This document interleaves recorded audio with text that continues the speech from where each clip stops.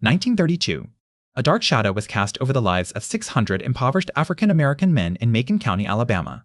This is the year that the United States Public Health Service, in conjunction with the Tuskegee Institute, began a study that would span 40 years, infecting generations of unsuspecting black families with syphilis, all under the guise of receiving free health care. This is the story of the infamous Tuskegee Experiment, a government-led medical crime so shocking and morally reprehensible it remains one of the most horrifying chapters in American history. It began as a seemingly innocuous public health initiative, targeting rural black communities who were already grappling with poverty, limited access to healthcare, and systemic racism. Investigators from the U.S. Public Health Service approached the Tuskegee Institute, a historically black college founded by Booker T. Washington, to help recruit sharecroppers for what they claimed was a study of bad blood. At the time, syphilis was a major public health threat, ravaging communities and disproportionately affecting African Americans due to unequal access to healthcare and education. The study aimed to examine the natural progression of untreated syphilis in rural black men who were poor and illiterate, a group that researchers believed would be unlikely to seek medical care on their own. The chilling reality, however, was far more sinister. Participants were not informed about the true nature of their condition or provided with adequate treatment. Instead, they were subjected to painful spinal taps and told they were being treated for bad blood, a colloquial term used in the black community to describe various ailments. Unbeknownst to them, these men had become unwitting participants in a cruel and unethical experiment that would leave a lasting stain on American medical research. Shockingly, even when penicillin became widely available as a highly effective treatment for syphilis in the 1940s, researchers withheld this life-saving medication from the Tuskegee study participants. Instead, they allowed the disease to progress unchecked, causing debilitating symptoms and premature deaths among the men, their wives, and even their children who had contracted syphilis congenitally. The full extent of this tragic tale would not come to light until 1972, when a whistleblower from the Centers for Disease Control and Prevention leaked information about the study to the press, sparking public outrage and launching a federal investigation. The revelation that the U.S. government had actively deceived and endangered its own citizens in such a heinous manner sent shockwaves throughout the nation, prompting urgent calls for reform in medical research practices and ethical guidelines. But even as the Tuskegee Experiment left an indelible mark on American history, it also raises haunting questions that linger to this day. How many more studies, like Tuskegee, remained hidden in the shadows? What other secrets lie buried within the annals of government-funded research, and who will be held accountable for these crimes against humanity? As we continue to grapple with issues of racial inequality, systemic bias, and unequal access to healthcare, the story of the Tuskegee Experiment serves as a stark reminder that the road to true progress is paved with unflinching honesty, accountability, and a steadfast commitment to justice for all. 1932, rural Alabama. The United States Public Health Service, a part of the U.S. Department of Health and Human Services, embarks on a project that would later be infamously known as the Tuskegee Experiment. In collaboration with the Tuskegee Institute, now Tuskegee University, this study aimed to observe the natural progression of syphilis in human beings, primarily targeting African American men who were largely uneducated, poor, and living in rural areas. The origins of this experiment trace back to 1929, when the U.S. Public Health Service initiated a study on syphilis among white males in Oslo, Norway. Inspired by its Norwegian counterpart, the service sought to conduct a similar study in the United States, but faced challenges in finding and enrolling white male participants who had not been treated for syphilis before. As a result, they turned their attention towards African American men, reasoning that their social and economic conditions would make them more susceptible to the disease and less likely to seek treatment. The Tuskegee Institute, founded by Booker T. Washington, was a prominent African American institution dedicated to improving the lives of African Americans through education, research, and advocacy. It seemed like an ideal partner for this study.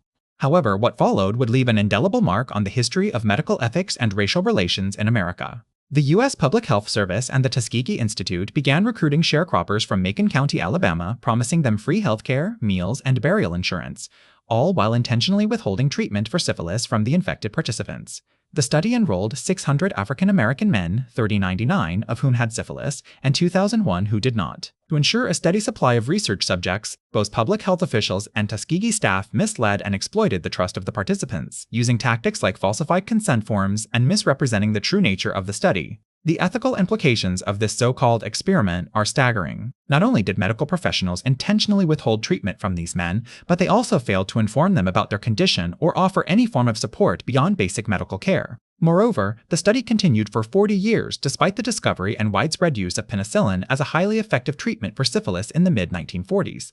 The Tuskegee Experiment is not just a tale of government-funded research gone awry. It is a story of racial exploitation, systemic bias, and flagrant disregard for human life and dignity. The fact that such an endeavor was allowed to persist for decades raises critical questions about the accountability of those involved in its planning, execution, and cover-up. As we delve deeper into this tragic chapter of American history, it becomes increasingly clear that there are still many unanswered questions regarding the Tuskegee Experiment and its far-reaching consequences. Who were the key players responsible for this egregious violation of medical ethics? What motivated them to pursue such a horrific course of action? And perhaps most importantly, how can we ensure that history does not repeat itself as we continue to grapple with issues of racial inequality, systemic bias, and unequal access to healthcare? These questions haunt us, serving as a stark reminder of the importance of unflinching honesty, accountability, and a steadfast commitment to justice for all. The story of the Tuskegee Experiment is not just about one tragic episode in America's past. It is a call to action, urging us to confront the uncomfortable truths that lie beneath the surface of our society and work together to build a brighter, more equitable future for all. The Tuskegee Experiment, officially known as the Tuskegee Study of Untreated Syphilis in the Negro Male, was a notorious clinical study conducted between 1932 and 1972 by the United States Public Health Service. The objective of this study was to observe the natural progression of untreated syphilis in African American men, who were deliberately left without proper medical treatment, even after penicillin became widely available as a proven remedy for the disease in the 1940s. The study enrolled 600 impoverished African American sharecroppers from Macon County, Alabama, of which 399 had previously contracted syphilis and 2,001 did not have the disease. The participants were misled into believing they were receiving free health care from the U.S. government, which included routine medical examinations, spinal taps, and supplies such as tonics, vitamins, and minerals. In reality, these treatments had no therapeutic value, and the researchers intentionally withheld penicillin from the infected men, despite knowing it was a highly effective cure for syphilis since 1947. The pseudoscientific rationale behind this inhumane experiment was based on several erroneous assumptions, including 1. That syphilis behaved differently in African American men compared to Caucasian men, an idea that had already been debunked by scientific research at the time. 2. That the participants were unlikely to seek medical treatment outside the study, as they lacked access to adequate health care and often relied on folk remedies. 3. That the benefits of observing the natural progression of syphilis in these men outweighed the potential harm caused by withholding proven treatment.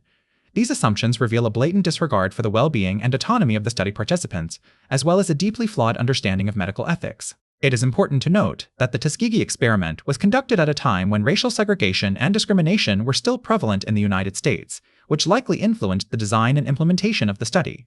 The pseudoscientific methods used in the Tuskegee Experiment raise several unanswered questions about the motivations and ethical standards of the researchers involved. How could medical professionals, who took an oath to protect their patients' health and well-being, justify such a flagrant violation of human rights? To what extent did systemic racism and prejudice contribute to the creation and execution of this horrific study? And perhaps most importantly, how can we ensure that such a gross miscarriage of medical ethics never happens again? The Tuskegee Experiment serves as a stark reminder of the importance of unwavering honesty, accountability, and a steadfast commitment to justice for all. By examining the pseudoscientific methods used in this tragic episode, we can better understand the underlying factors that allowed such an egregious abuse of power to occur and work towards building a more equitable future for all members of our society. The Tuskegee Experiment, officially known as the Tuskegee Study of Untreated Syphilis in the Negro Male, is a dark chapter in American history that began in 1932. This was a time when syphilis, a sexually transmitted infection, was prevalent and often fatal if left untreated. The United States Public Health Service, alongside the Tuskegee Institute, embarked on a study involving 600 African American men from Macon County, Alabama, 400 of whom had syphilis, while the remaining 200 did not.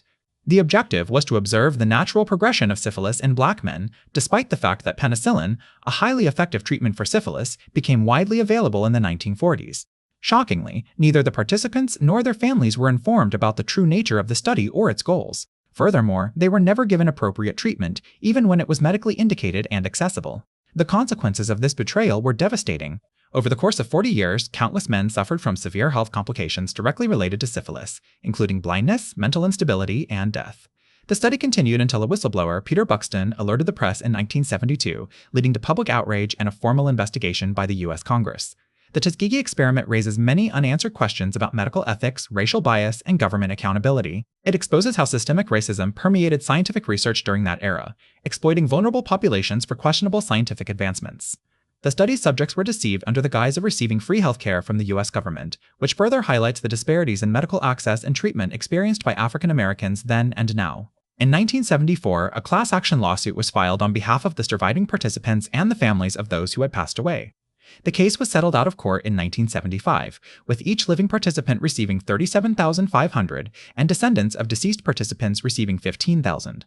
Additionally, the U.S. government established the Tuskegee Health Benefit Program in 1976, providing lifetime medical benefits for participants and their families. Despite these compensations, the psychological trauma inflicted on the victims and their communities remains immeasurable.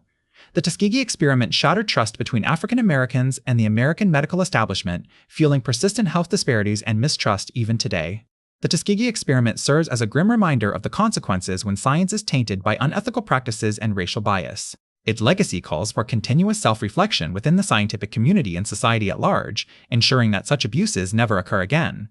By acknowledging this painful past, we can strive towards creating a more equitable future in which all individuals are treated with dignity, respect, and the ethical standards they deserve. The Tuskegee Experiment, a dark chapter in American medical history, is riddled with cover-ups and deception that extended far beyond the duration of the study itself.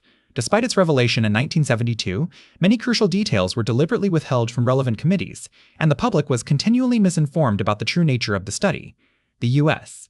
Public Health Service, together with the Tuskegee Institute, initiated this infamous study in 1932, targeting impoverished African American men in Macon County, Alabama.